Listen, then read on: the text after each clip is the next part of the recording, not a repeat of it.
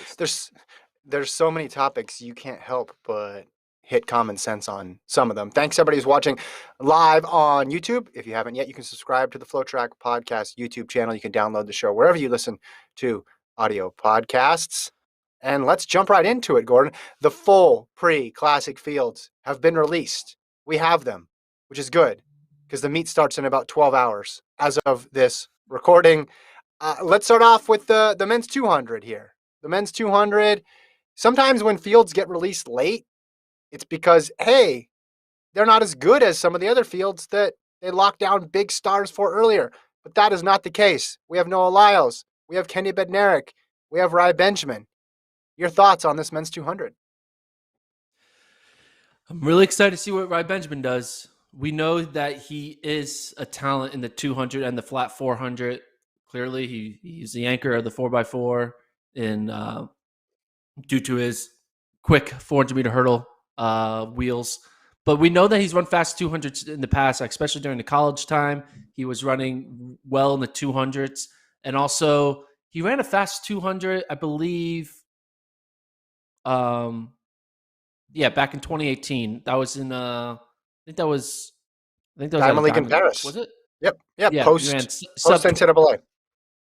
Yeah, post NCAA. I think that was that where we saw the meme of Michael Norman and Rai Benjamin, where they both did the same like warm up at the exact same time in unison, Yes. both wearing the USC kits. I think that was that.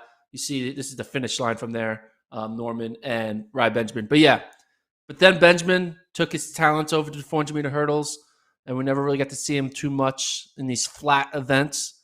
I'm excited to see what he does in this 200. I think he's going to challenge the likes of Bednarik and Lyles. I don't think he's going to beat them, but I do think he's going to push them. You brought up the 1999. That was the last time he's run a 200.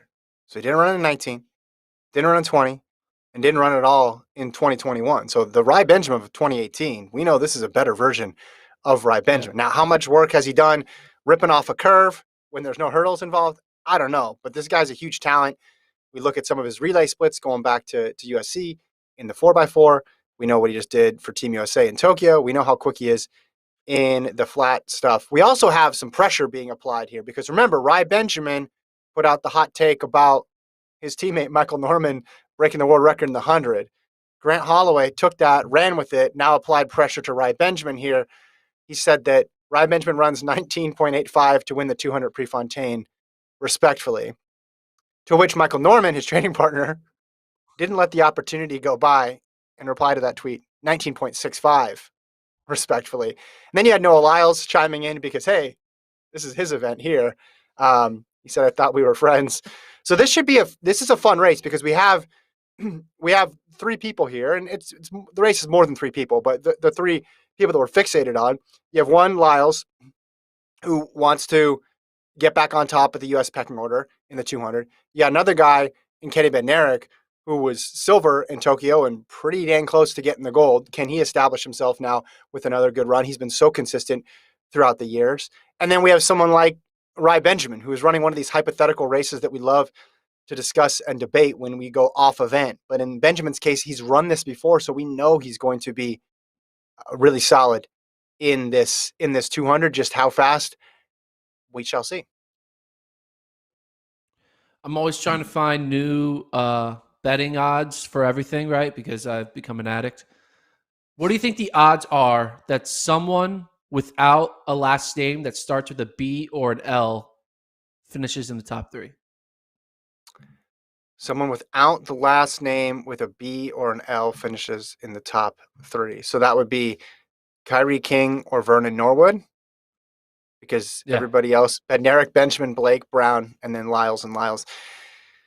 Yeah, well, starting out, you only have a best case scenario. You only have two people in there, two shots to win. Long odds there. I don't think they're going to give that to you with the Oregon lottery. Probably there. I don't think you're going to get that one.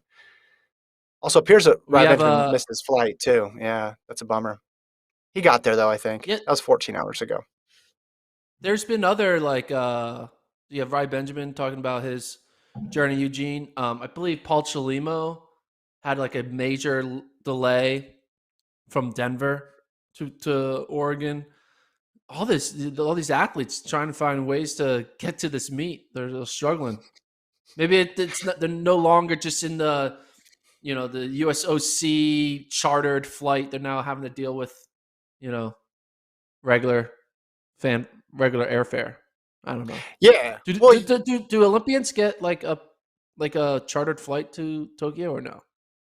They no, I'm probably sure don't. he's riding in a normal plane. Come on, Gordon. Just Come on. coach. Yeah. Well, I don't I know. don't know They're about coach. Olympians. Shouldn't we give? They probably have Shouldn't some they give them upgrades. something? They probably have some upgrades, but it's not like they're getting on a private plane and flying out to Eugene. But when you get to the Olympics, you're there so early, right? Like because you have to be, and because it's international flight, you're super paranoid about making sure you get to everywhere on time. And even if you are um, thinking about cutting it close, you're just like, wait a minute, I'm never gonna do that. But you're right. I think people are struggling in general with getting flights. Also, it's just tough to get to Eugene. It's a tough place to fly to as someone who's flown there a bunch. Yeah, Gabby Thomas apparently took her 13 plus hours. Might as well have flown back to Tokyo, she says. So hopefully everybody gets there with enough time to get their legs ready, get their minds prepared for a good meet tomorrow at the Pre-Classic or tonight. Other event that I wanted to talk about here: men's 2 mile, women's 4-minute hurdles, and women's 5K. But let's start here with the women's 5K because that race is tonight. So that one is